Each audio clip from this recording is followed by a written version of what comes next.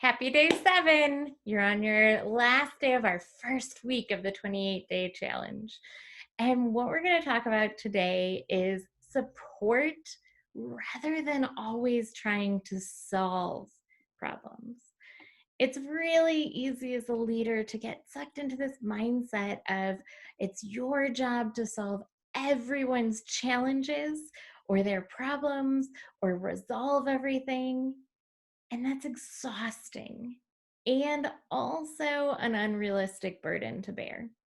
We oftentimes spend this time worrying so much about people, or we go straight into solving mode as soon as they bring us a challenge.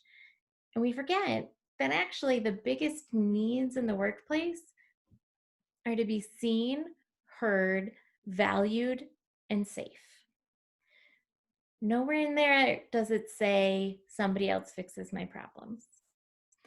Now, you want to remember this because you want people to feel seen and heard and recognized for the work they've done on a problem or a challenge.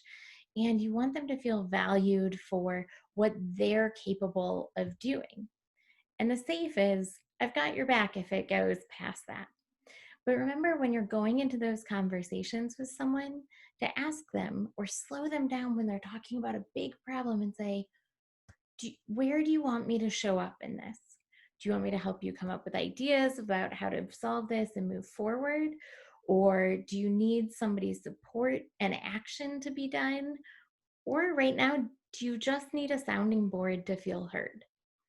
A lot of times, the actual need in there is simply to be heard on a problem.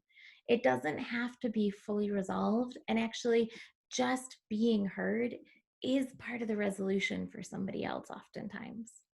So, we want to make sure that we're giving people the opportunity to opt in to what they need. And also at the same time, be taking some things off your plate that you might have accidentally put there yourself. So, your exercise today is make a list of when might it be important to ask a peer or a team member what they need from you, rather than assuming that they need you to solve something or step in and handle it yourself. The second thing is to list the areas of stress that you have that are not even your responsibility to solve. Oftentimes, as leaders, we start to take that on and it just becomes a habit. So, really take a hard, clear look at what are actually your responsibilities within the things that you get concerned or worried about. And then finally, I want you to go back through that list and cross out the things and give yourself permission for those things you don't need to carry anymore. Some of those might have actually been resolved, or they might be resolving on their own in the future. Or maybe somebody on your team or a peer is actually fully equipped to handle them.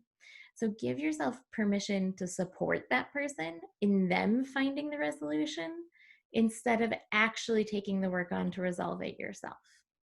Have a great day.